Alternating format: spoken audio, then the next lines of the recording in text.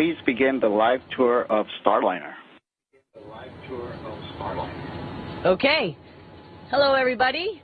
I'm Sunny, and behind the camera is Butch, but you're going to see him pretty soon, so don't worry. We're not going to deprive you. So here we are in the front of the International Space Station where our spacecraft docked. Just to reorient you a little bit, this is the GEM, the Japanese laboratory, on the right-hand side or the starboard side, Navy term. This is the ESA module Columbus on the... Oh, I got that wrong, didn't I? I'm facing the wrong way. That's the starboard side, the right side, and the GEM is on the left side, the port side. But let's go forward into Starliner, where there was a little bit of action the other day. So I'm going to lead you down through the PMA 2 into Starliner. All right, going in through the IDA, the docking adapter, and then into the spacecraft. Here we are. Looks like a lot of bags because there's a lot of packing, and also this big orange thing, which is our ventilation that we get from the space station while we are docked to the space station. So this is sort of the extra living area where if there was 4 crew members, 2 more seats would be here. Right underneath you, Butch, here is the hatch that was our hatch where we had our centerline camera, which helped us dock to the International Space Station. It was actually in the spot where Butch is, right here. And now, there's Butch coming in through the hatch. All right, so we're going to bring you around the panel here to be into the commander and PLT seat. Want me to hold it over here? And we'll see Butch flying in there. Oh, it's dark. We can't show him anything. It's dark outside right now? Yeah. Oh, bummer. That's okay. But we'll bring you in over here. There's a little orange equipment over here because that's our emergency equipment. In case we have any type of emergencies, we are ready and outfitted with all sorts of stuff. I'm showing you a little bit about the back of my seat, the PLT seat, and there is Butch over there in the commander seat. I'm going to hand him the camera keep talking and pop into my seat. Oops. We can talk about the controls. Show them the THC. Yeah. All right. Here we are in the front, sitting in the cockpit. So you actually have sort of the bird's eye view of where Butch's eyes were. Right now on the display we actually have a tablet because while we're in the space station we're doing some other activities on the tablet. But this is the control panels, one right here and one, here I'll move the tablet, one right here, and we can operate all sorts of systems through the computer screens. We also have controls to fly the spacecraft. We have a rotational hand controller. And actually behind the camera, might be a little bit hard, is a translational hand controller. And that's how we were able to fly the spacecraft. If you remember us coming in for a rendezvous, or on the first day actually, we did a bunch of test points where we both flew the spacecraft. And then on the second day, of course, Butch is the commander sitting in the commander seat, got to do some manual piloting on the docking axis. So not only do we have the centerline camera, which would be displayed on a tablet. This is procedures. We'll just get rid of that for a second. So the tablet would have the centerline camera on it right here. We also have a window. Unfortunately, it's dark right now, where Butch could also look outside and see. Actually, we were like 85 meters, and we could see the huge solar arrays from the International Space Station. So pretty cool, actually. What else do we want to say about it in here?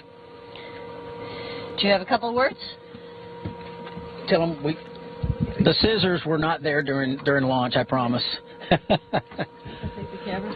There we go.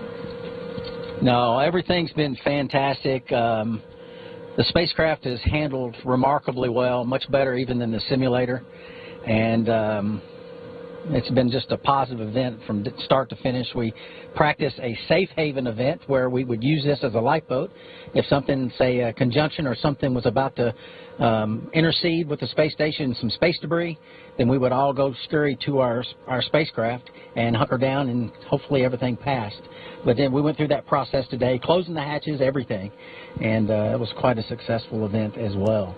It looks probably a little cramped, and it's actually fairly roomy for just Sonny and myself, with just the two of us. Obviously, you don't need a large cockpit, so it's actually sized perfectly for us as far as for controlling the spacecraft. And, of course, all this other area down here earlier where you saw the baggage and whatnot is where the other couple of crew members would be for the next time the Starliner flies, Star 1 mission. There'll be 2 crew members down here. Why don't you go back around the side there, Sonny, and we'll show a little bit down there. Coming back around.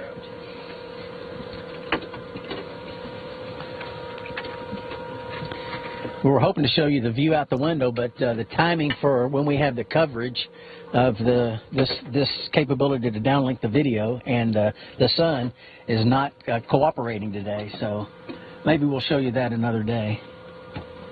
The bags around our heads, behind our heads, have our spacesuits in them. Actually, it's all tidied up over there.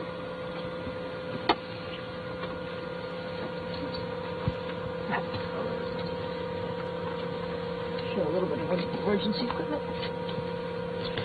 And the orange bags is part of our emergency equipment in case there was a fire or a depress event or an ammonia event on space station. We have all this equipment that we would use to clean up our atmosphere so we could depart and come back home.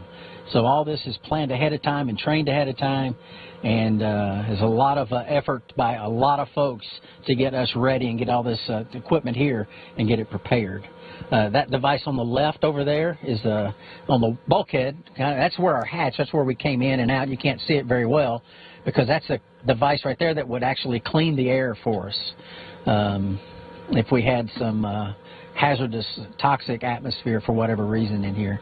So we try to plan ahead for all possible contingencies. And these are also breathing masks that we have in here. We got a big bottle we installed behind me down here full of nitrogen, oxygen, and this is where we would connect our breathing apparatus if we needed it as well. And of course, as Sonny said, these are not normally here. This is just bringing the fresh air down, and it flows in and flows back out, and that's what how all that works. All right. In case you were wondering, yes, Sonny and I are both naval aviators, so we put on our Navy paraphernalia to show off and be proud of our service. So thanks for all of you out there serving right now throughout the world, protecting freedom. So much appreciated by all of us. Let's see here. What else? Why don't we float back out, and you can go, I'll go first and you follow me. Okay. And then we'll end this back up so they can kind of see the duct. It's kind of cool to come through here and see it from both directions. And I'll try to pull the cable with me as I go, Sonny.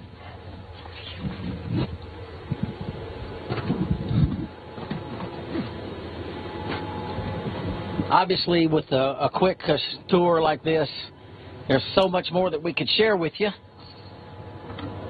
about the capabilities, but this is what we have to do to make sure we get the video down there, is get all this cable out.